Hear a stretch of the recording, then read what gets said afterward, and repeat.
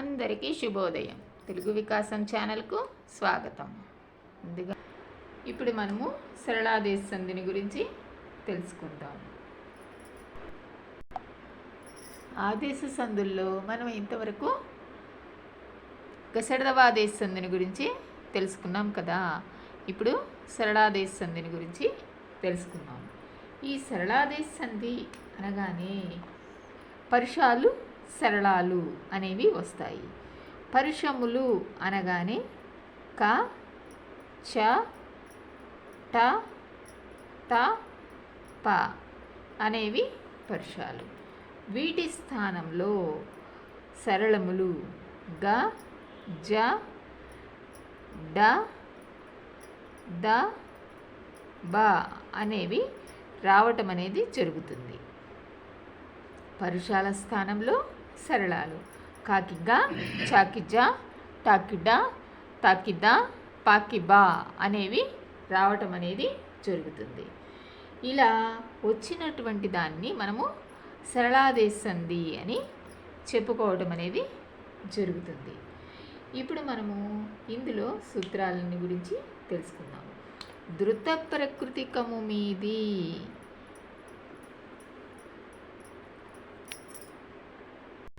పరుషములకు సరళములకు, ధృత ప్రకృతికము మీది పరుషములకు సరళములగు అనేటటువంటి సూత్రాన్ని. ఇక్కడ ధృత ప్రకృతికము అనగానే ఈ ధృతము అనగానే నకారము, నకారాన్ని మనము ధృతము అని అంటాము. అదే పదానికి చివర గనక ఉంటే న్ అనేటటువంటిది కానీ ను అనేటటువంటిది కానీ ధృతము. ఈ ధృతము అనేటటువంటిది పదానికి చివర గనక ఉంటే దాన్ని ధృత ప్రకృతికము అని అంటాము. ఈ ధృత ప్రకృతికం మీద ఉన్నటువంటి పరుషములకు మొదటి పదంలో చివర ధృత ప్రకృతికము ఉంటుంది, రెండవ పదంలో మొదట పరుషం అనేది ఉంటుంది. అప్పుడు ఆ పరుషానికి సరళం అనేది ఆదేశంగా రావటం జరుగుతుంది.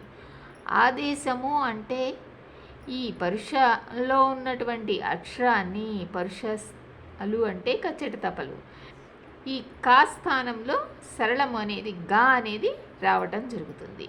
దీన్ని తొలగించేసి ఈ సరళము రావటాన్ని ఆదేశము అని చెప్తాము. ఉదాహరణ చూడండి. పూచెన్ను ప్లస్ కలువలు,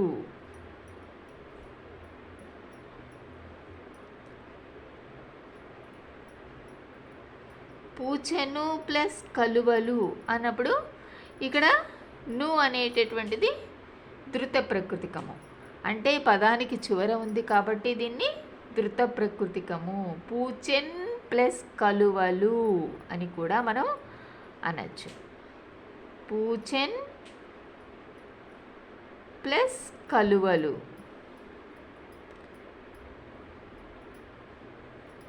న్ అనేటటువంటిది ఈ పూచెన్ను ప్లస్ కలువలు అన్నప్పుడు ఈ ధృత ప్రకృతికం మీద ఉన్నటువంటి పరుషము అంటే కా అనేటటువంటిది పరుషము.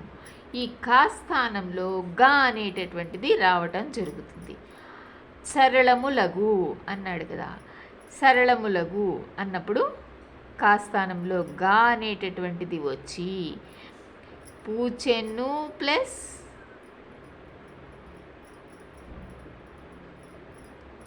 గలువలు అనేటటువంటి రూపం ఏర్పడుతుంది. పూచెను గలువలు. ఇక్కడ ఈ సరళములు అన్నప్పుడు దీన్ని నిత్యముగా చెప్పబడేటటువంటిది నిత్య సంధిగా వస్తుంది. పూచెను గలువలు అనేటటువంటి రూపం. ఇక్కడ వచ్చేటటువంటి పరుషాలకి సరళాదేశము అనేటటువంటిది నిత్యంగా వచ్చేటటువంటి సంధి. ఇప్పుడు ఈ గా అనేటటువంటిది ఏమవుతుంది? ఆదేశ సరళము. ఆదేశము స్వతసిద్ధమైనటువంటిది కాదు, పరుష స్థానంలో వచ్చినటువంటి సరళము, ఆదేశంగా వచ్చినటువంటి సరళము. కాబట్టి ఆదేశ సరళములకు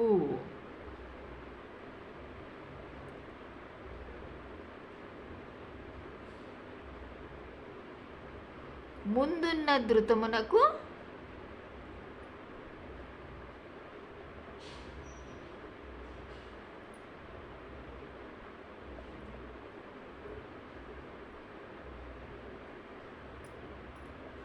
బిందు సంశ్లేషలు విభాషణగు అనేటటువంటి సూత్రం. ఈ సూత్రం ఆధారంగా మనకి న ఆదేశ సరళములకు ముందున్నటువంటి ధృతానికి బిందువు సంశ్లేష. ఇక్కడ బిందువు అంటే 0 వచ్చి పూచెం గలువలు అనేటటువంటి రూపము ఏర్పడుతుంది. అదే మనకి ఖండబిందువు అనేటటువంటిది వచ్చి పూచె గలువలు అనే రూపము ఏర్పడుతుంది. ఏమీ గనక రాకపోతే, సంశ్లేష అన్నాడు కాబట్టి ఏమీ గనక రాకపోతే ఈ ధృతానికి గలువలు గా అనేటటువంటి సరళము కలిసి పూచెన్ గలువలు అనే రూపము ఏర్పడుతుంది.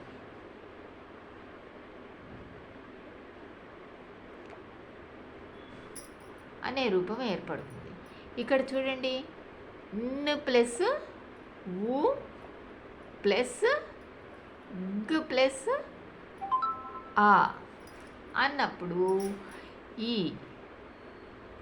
న్ అనేటటువంటి దానికి గాలో ఉన్నటువంటి అచ్చు కలిసి నా అవుతుంది.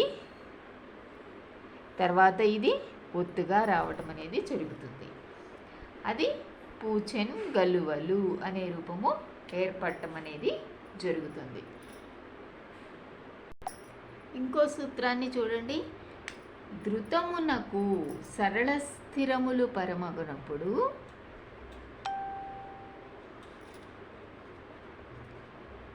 ధృతమునకు సరళ స్థిరములు పరమగునప్పుడు లోప సంశ్లేషలు విభాషణగు.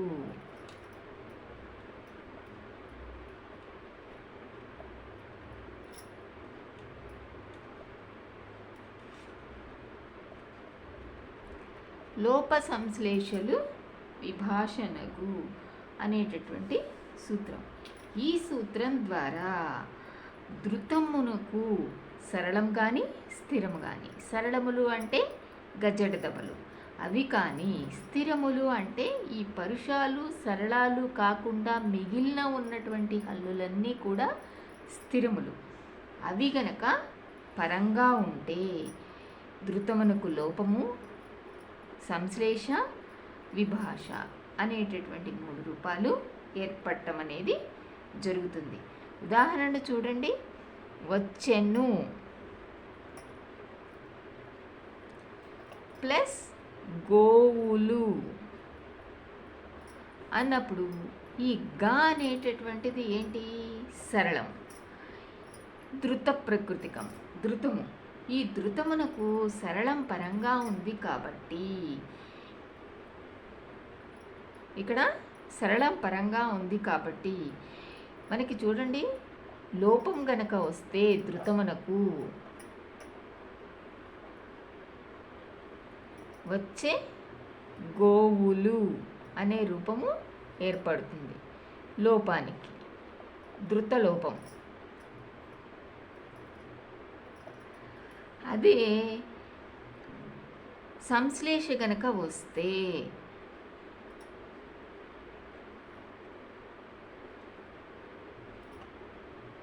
వచ్చెన్ గోవులు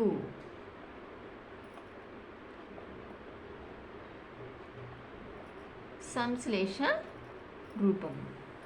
వచ్చెన్ గోవులు అనే రూపము ఏర్పడుతుంది. ఏమీ గనక రాకపోతే సత్వరూపము వచ్చెను గోవులు అనే రూపము ఏర్పడుతుంది.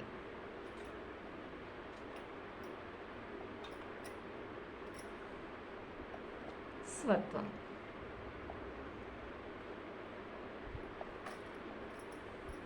ఇది ఈ ధృతమునకు సరళ స్థిరములు పరంగా ఉన్నప్పుడు వచ్చేటటువంటి లోప సంశ్లేషలు అనేటటువంటిది. ఈ సంశ్లేష అనగానే లోపము అంటే ధృతానికి లోపం వస్తుంది. సంశ్లేష అంటే ఏంటి?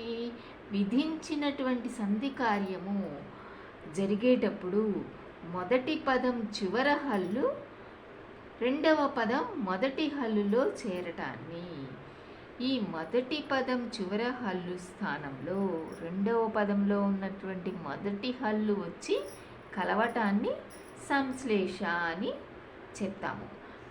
అలాగే స్వత్వము అని చెప్పుకున్నాం కదా.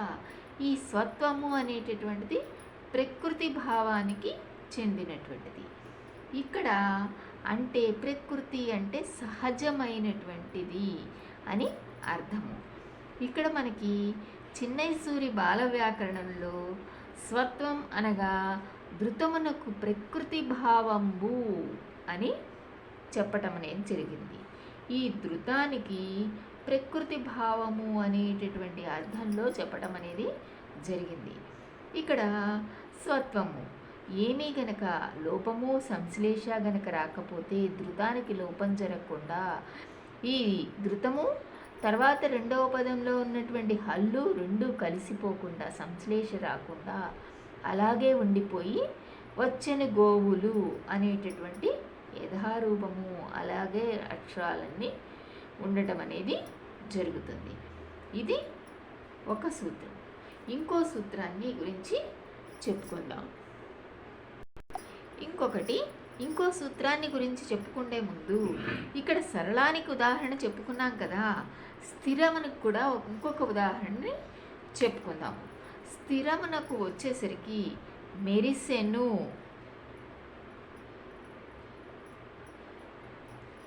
ప్లస్ ఖడ్గము. మెరసెను ఖడ్గము ఇది వచ్చేసరికి ఇక్కడ ఇది సరళానికి ఉదాహరణ. ఇక్కడ ఖ అనేటటువంటిది స్థిరము. అంటే పరుషము సరళము కాకుండా ఉన్నటువంటిది కచట తపలు గజడ దబలు కాకుండా ఉన్నటువంటి కా తర్వాత వచ్చేటటువంటి ఖ అనేటటువంటిది స్థిరము కింద వస్తుంది. ఈ స్థిరమునకు ఉదాహరణ వస్తే లోపము వస్తే మెరసే ఖడ్గము అనే రూపము ఏర్పడుతుంది.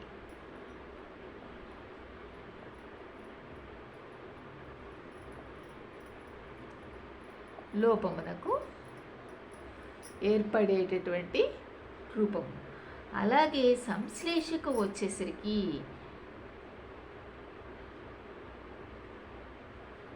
మెరసెన్ ఖడ్గము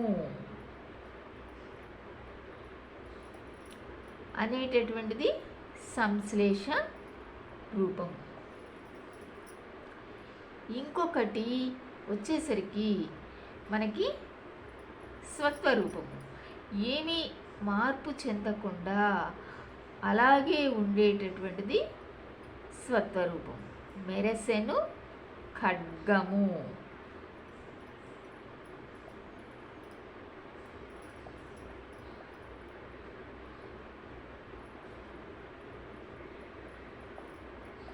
అనేటటువంటి రూపం.